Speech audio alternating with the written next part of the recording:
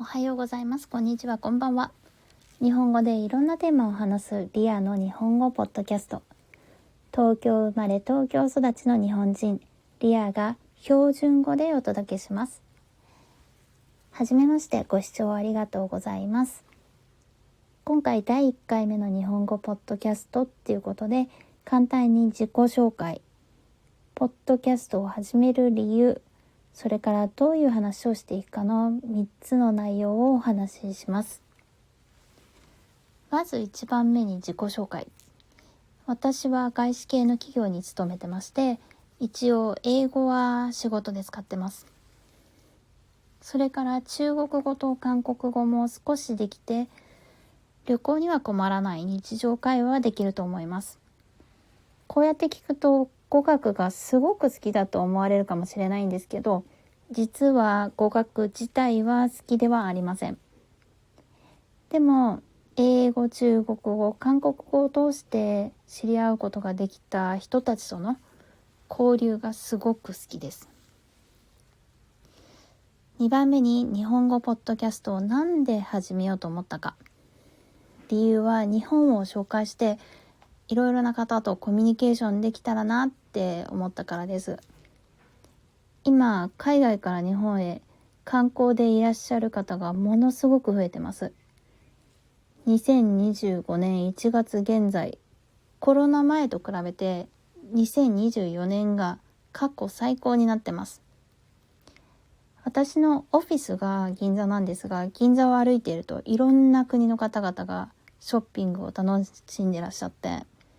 また YouTube などを見ても日本に興味を持ってくださる方が本当に多いことに気づきました。正直日本人として私は日本の魅力に気づいてなかったんですよね。今はむしろ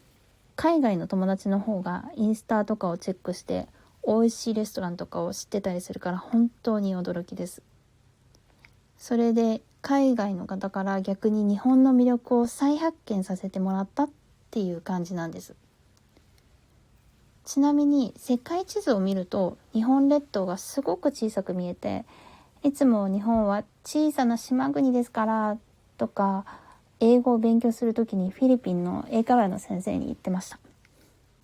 でも実はメルカトル図法の世界地図では赤道に近い国が小さく表示されるようになっていて、日本は小さく見えます。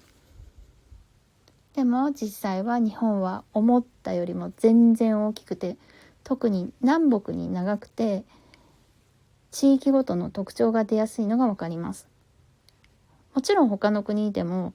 地域ごとの違いはあると思いますけど、特に日本は例えば東京でも駅やエリアごとに銀座、浅草、渋谷、新宿など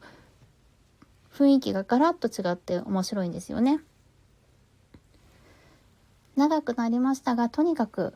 海外の方から日本の魅力を気づかせてもらったので、感謝の気持ちを還元したくて、それからコミュニケーションしたくて日本語ポッドキャストを始めました。最後にポッドキャストでどういう話をしていくかですが、例えば海外の方に人気のレストランとか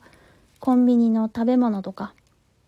現地の日本人のリアルな視点で評価してみたり、日本の文化を紹介したり、私みたいな一般的な日本人のささやかな楽しみを紹介したり、ポジティブなこともネガティブなことも、とにかくいろいろ日本語で話していけたらなと思ってます。最初にお伝えした通り、私が東京生まれ東京育ちの日本人なので、日本語を勉強している方には標準語のレスニングの練習になれば嬉しいです。ポッドキャスト初めてなので、最初はお見苦しいというかお聞き苦しいことはあるかと思いますが、今回みたいにカミカミっていうこともあると思いますが、少しずつ改善していくつもりなのでよろしくお願いします。何か質問や知りたいトピックとかもしあればぜひコメントで教えてください。ではでは、リアの日本語ポッドキャスト第1回目はこの辺で。最後まで聞いてくれてありがとうございます。また次のポッドキャストでお会いしましょう。またね。バイバイ。